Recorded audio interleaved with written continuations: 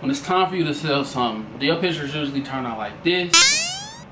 Man, look, bro, in this video, I'm gonna show you how to get the pics crispy, clean, you know what I'm saying, looking like ain't no scratches on it, bro.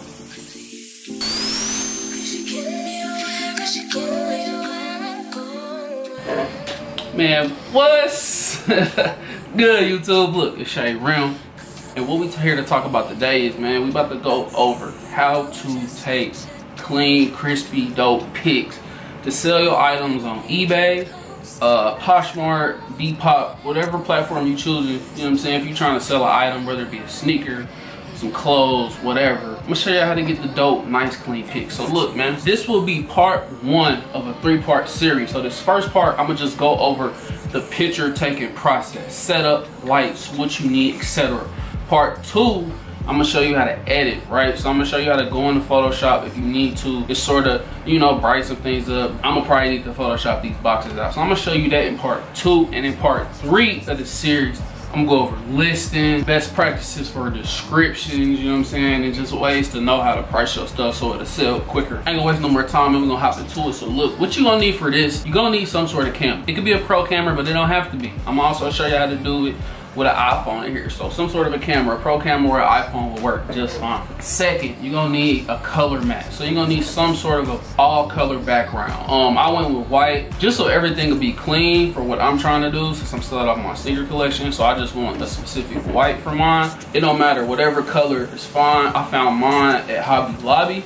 Go to the picture frame section, and this is actually like a matte. So if you ever bought like a picture frame and it has just that color matte, just that white mat around it, and then the picture is on the inside of the frame, and the very inside, that border around it is a mat. So this is a mat. You gotta get a mat because it needs to bend.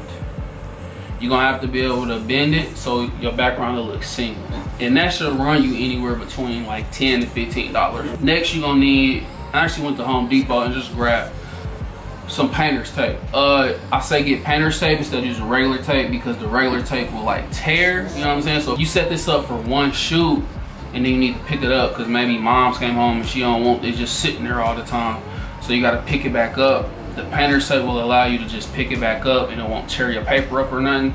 So I say get painter's tape, but if you have to use regular tape, that's fine too. And then the last thing you're gonna need for this, man, you're gonna need some sort of a light source. I just use my ring light. That's what I'm filming this video on with right now, but any type of light will work. You can take your lamp and just take your lamp and bring it over, you know what I'm saying? Like, it really don't matter. Like, any type of light will work for this. So you just need a light source, man. All right, so after you get all your materials, it's time to set up.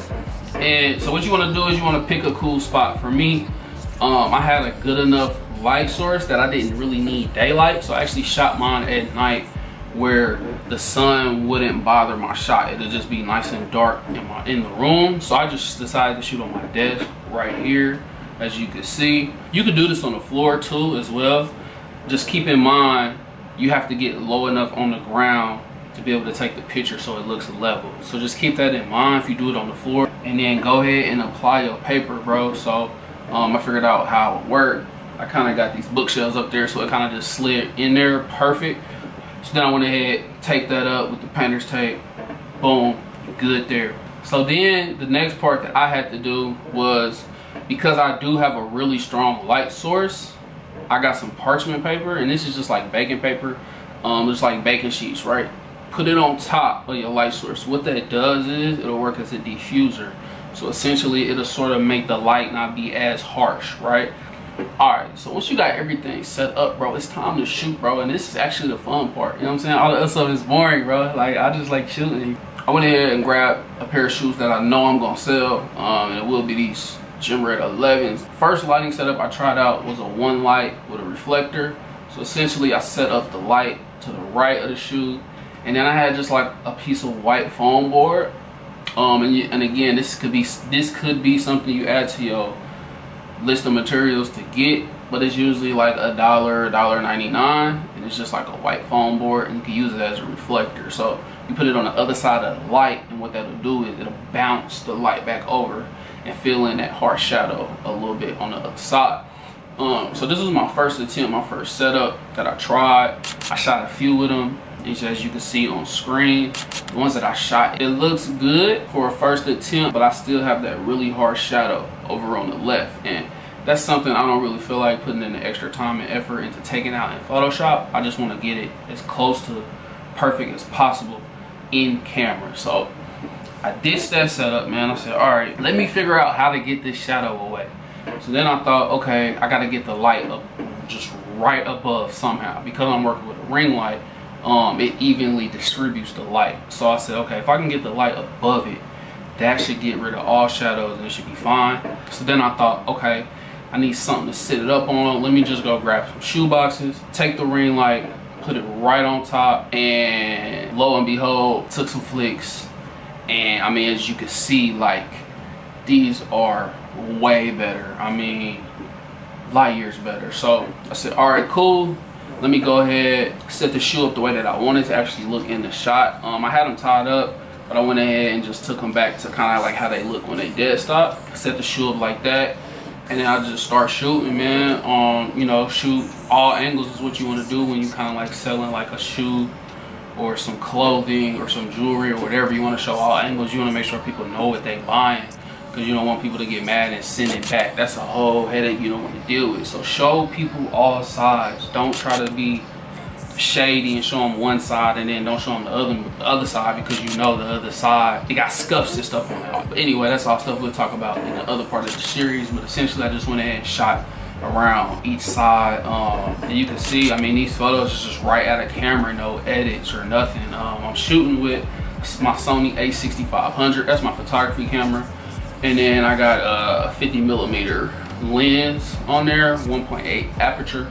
And I don't think I'm shooting at 1.8. I'm probably shooting at maybe 2.2. I'm not sure. I can't remember off the top of my head. Then also I wanted to go back in and do it with the iPhone as well, just to show you like, hey, you don't have to have a pro camera to do it like this. So I went in and I shot the first one just on regular mode on the iPhone. And what you want to do is you want to get in there, tap on the screen so you get your focus right. And then when you tap, hold down, and when you hold down, you can go up. You can slide up or down. What that's gonna do is it'll change like your exposure. So if it's looking a little dark, you can tap down and then go up, and that'll kind of brighten up your picture some. And so I did that. Shot it once with just a regular camera lens, and then I went back and shot one in portrait mode, and I changed the lighting to studio light and played with the exposure a little bit, and then shot that one. So yeah, man, look, all together, I mean, this is a pretty cheap studio setup. Pretty cheap way to get just some cold, crispy, clean photos. You know what I'm saying? If it's something that I didn't cover, just let me know in the comments below and I will answer your questions. I did study photography in college, so I'm pretty well versed in it, but I tried to make this as simple as possible for people who aren't trained in the art of photography. If you want to check out the items that I'm selling, I'm trying to go minimal. So, and I'm starting on my shoe collection, so I will be selling off pairs on my Depop store. And that's Shea's Apartment, so depop.com/Shea's Apartment. That link will be down below if you want to go grab something. If you size 9.5 to 10, I suggest going over there because it's gonna be some silly heat over there. If you're new to the channel, and please hit the like button and then go ahead and subscribe, you know what I'm saying, so that way you will be in the know when I drop the other parts of the series. You know what I'm saying? It'll be some gems and some valuable information in there for you, I'm sure. So anyway, appreciate y'all rocking with me on this video, man. I'm gonna see y'all in the next one, man.